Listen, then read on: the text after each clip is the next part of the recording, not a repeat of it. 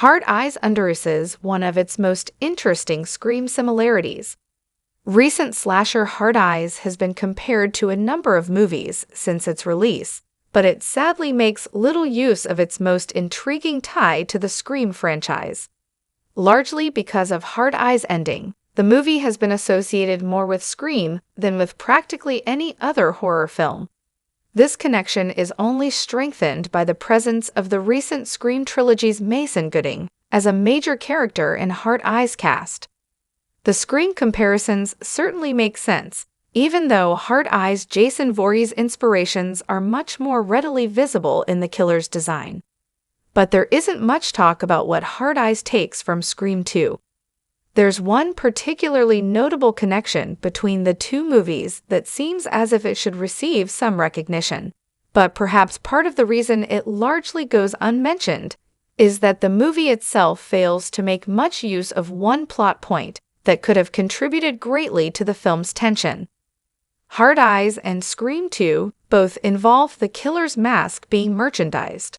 The opening of Scream 2 focuses on the release of Stab, an in-universe adaptation of the first film's events, and it's established that the universe is so macabre that fans are actually celebrating Ghostface's fame by attending the premiere in costume.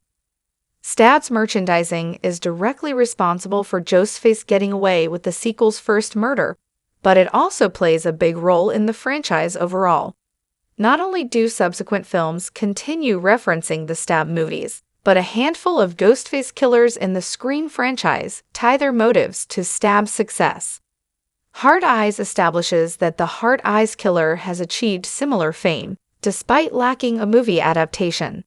Abby is jump-scared by a prankster in a HEK mask in her first scene, and a featured extra during the drive-in sequence mistakes the real HEK for a costumed fan.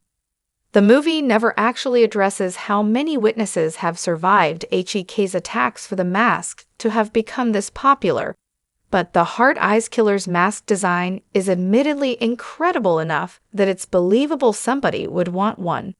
Unfortunately, this also leads to a missed opportunity. Hard Eyes could have used fake HEK masks to build more tension. It's odd that anyone at the drive-in would have thought it ordinary to wear horror cosplay at a showing of His Girl Friday. But since at least one person did, this raises the question of why there wasn't significantly more of that. Having more people in HEK masks could have significantly raised the tension of the scene in the same fashion as Scream 2's opening. And since the audience wouldn't necessarily know which is the real killer without Hard Eyes' night vision lighting up his mask, the tension would potentially be even greater. The likeliest explanation for why this route wasn't taken is simply that the filmmakers couldn't justify it with the drive-in screening a rom-com, but that wasn't necessary for the film to maintain its Valentine's Day theme.